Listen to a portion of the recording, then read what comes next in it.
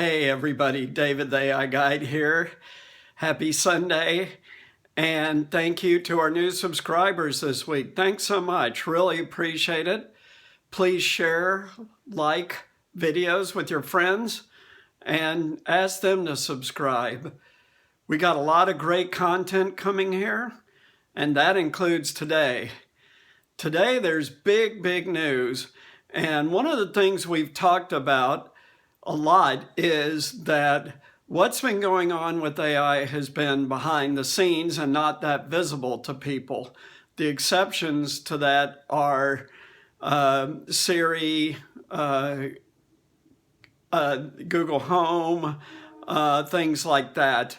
But this is the real deal, and it's starting to hit. And once this starts, it's only going to accelerate because, again, these technologies are exponential, and they increase exponentially, which is blindingly fast. So what's the topic for today? Well, the topic for today is self-driving vehicles, and there is a slew of news about self-driving cars specifically. But among other things, the Indianapolis 500, one of the most prestigious car races in the world, announced plans for a driverless race, and that may be in 2021 or it will be in 2022, but it's going to be soon. So this is Formula One class, very high speed, 200 plus mile per hour cars racing with no driver in them. Something to look forward to watching for sure. But on a more practical level, all of the major auto companies that really haven't been players in this so far are jumping in and releasing autonomous cars in the near term. We're talking next 1 to 2 years. That includes GM, Toyota, and Volkswagen. And this was interesting. Volvo made an announcement that they have improved their self-driving so that it doesn't make passengers queasy. I thought that was interesting. I never thought about it, but perhaps being in a self-driving car can make you queasy because it accelerates and decelerates and brakes differently than a human-driven car, and you're not actively engaged, which is probably the main thing. But that was interesting. But I think the biggest piece of news is that Germany has announced that it's going to be the first country in the world to allow level 4 autonomous driving. So it's been a little while since we talked about the different levels of autonomous driving, but level 3 is some autonomous driving, but substantial driver assistance still. For example, all of the driverless systems that already work on freeways, but not off of freeways. So level 4 autonomy is full driverless. However, there's still a steering wheel and the pedals in the car, and the human still has to be able be there to take control at an instant's notice, which means that you still really have to pay attention. But this is a breakthrough in driverless technology. And the reason why is that because these vehicles will be almost exclusively driverless, they're going to rack up the miles very quickly.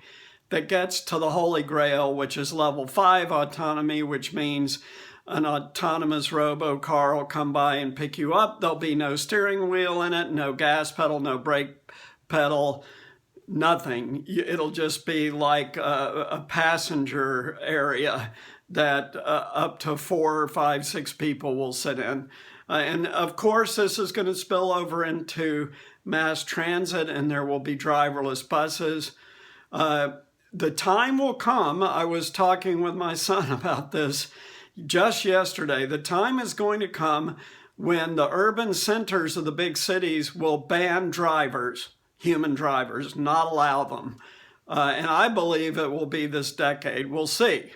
But that will mean that only autonomous cars will be allowed in these high traffic urban density zones.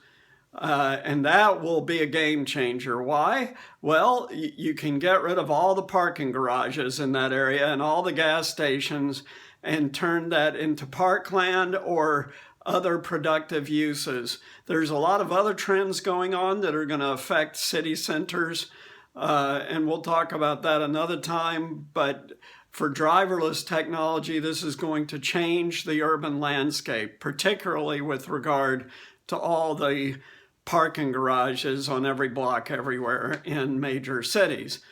Another very interesting thing that's going on is there's been, Amazon is working on, through their subsidiary Zoox, their own driverless car. And the other big news, other than Level 4 autonomy being allowed in Germany, is Apple's car. And this is all over the media right now. There's huge speculation on what the car will look like, what its features will be or won't be, and what it's going to be named and everything. So I think a lot of people think that this is going to be announced in 2021. And with Apple's brand power, they should be a major player. And CEO Tim Cook of Apple has said that this project that they've been working on for 7 years is the mother of all AI projects. That's what he calls it. Why? Because autonomous driving is difficult. What if a car cuts in front of you? What if someone steps off the curb in front of you? These are things that humans have been having to cope with, and not always successfully, right? Accidents happen. But self-driving cars do not have to be perfect. They just have to be better than human drivers. And let's not forget that more than 20,000 people, that's 20,000, die in car wrecks every year in the US alone. Globally, that number could easily be 500,000 people. So all self-driving vehicles have to do is be better than that. They do not have to be perfect. And hopefully, governments are smart enough to understand that if it's a stepwise improvement, that because it's being run by AI and these algorithms learn and they get better and better and better and better and are deployed freely throughout the self-driving fleet of a given manufacturer, then the whole ecosystem of that maker's cars gets better and better and better.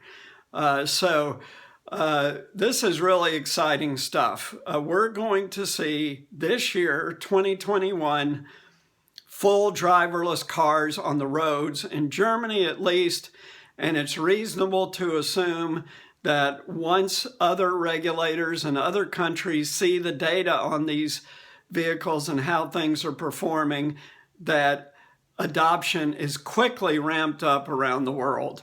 This is a game changer. So one of the things that I talked about in the last video or the video before is that we're past the curve on the hockey stick, that flat line where it doesn't look like anything is happening at first, but a lot is going on, and we're talking about AI, but then you get to that curve and it goes almost straight up from there.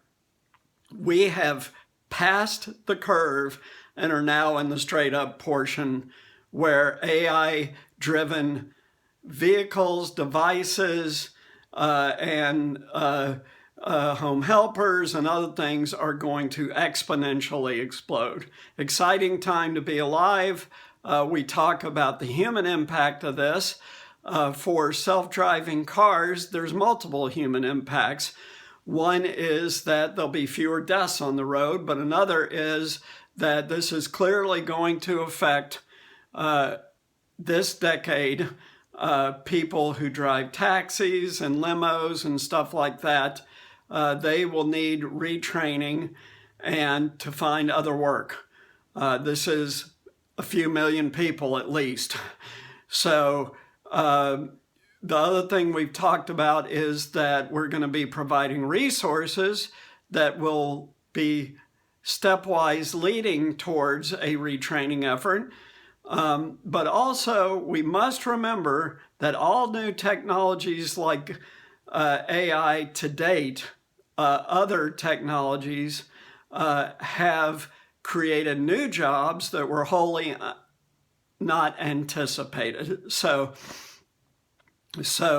this means, all of this means we've entered a new world in education. We've talked about education before, but it means that every person of working age will have to be willing to learn new things constantly. Thanks a lot. Take care. See you next time. And please like, subscribe, and share, and follow us on Facebook and Twitter. Talk to you later. Bye.